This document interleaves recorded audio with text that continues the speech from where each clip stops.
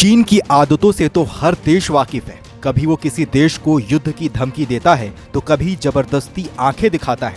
लेकिन इस बार चीन के साथ जैसा का तैसा व्यवहार हुआ है। दरअसल चीन पर कनाडा ने बड़ा एक्शन लेते हुए उसके राजनयिक को देश से बाहर निकाल दिया है।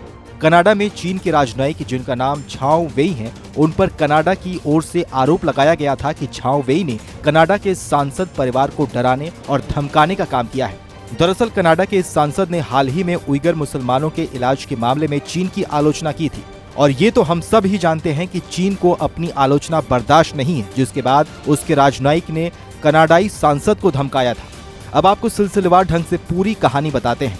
असल में हुआ यूं था कि इस पूरे घटनाक्रम पर एक खुफिया रिपोर्ट सामने आई थी जिसमें बताया गया था कि किस तरह से चीन द्वारा कनाडा के सांसद को निशाना बनाने की कोशिश की गई थी। इसके बाद ही चीनी राजनयिक को बाहर निकालने का फैसला लिया गया है। इस कार्रवाई के बाद कनाडा की विदेश मंत्री मेलानी जोली ने कहा है कि देश की संप्रभुता पर किसी भी तरह का विदेशी हस्तक्षेप स्वीकार नहीं किया जाएगा।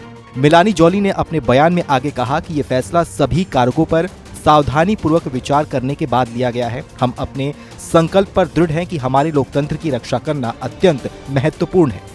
वहीं ये सब होने के बाद अब ये तो साफ तौर पर जाहिर है कि चीन और कनाडा के बीच रिश्ते अब बिगड़ने वाले हैं, क्योंकि इसका असर सीधे तौर पर दोनों देशों के आपसी रिश्ते पर पड़ेगा। एक तो पहले से ही दोनों देशों के रिश्ते मधुर नहीं है, वहीं ओटावा में स्थित चीन के दूतावास की तरफ से भी इस मुद्दे पर टिप्पणी की गई है। दूतावास की ओर से कहा गया है कि हम इस कार्य की निंदा करते हैं। वहीं चीन ने कनाडा की सरकार ने जो कदम उठाया है उसका विरोध किया है। वहीं अपनी हरकतों से मजबूर चीनी दूतावास के प्रवक्ता ने अपने बयान में कहा कि चीन इस कार्रवाई का जवाब देगा।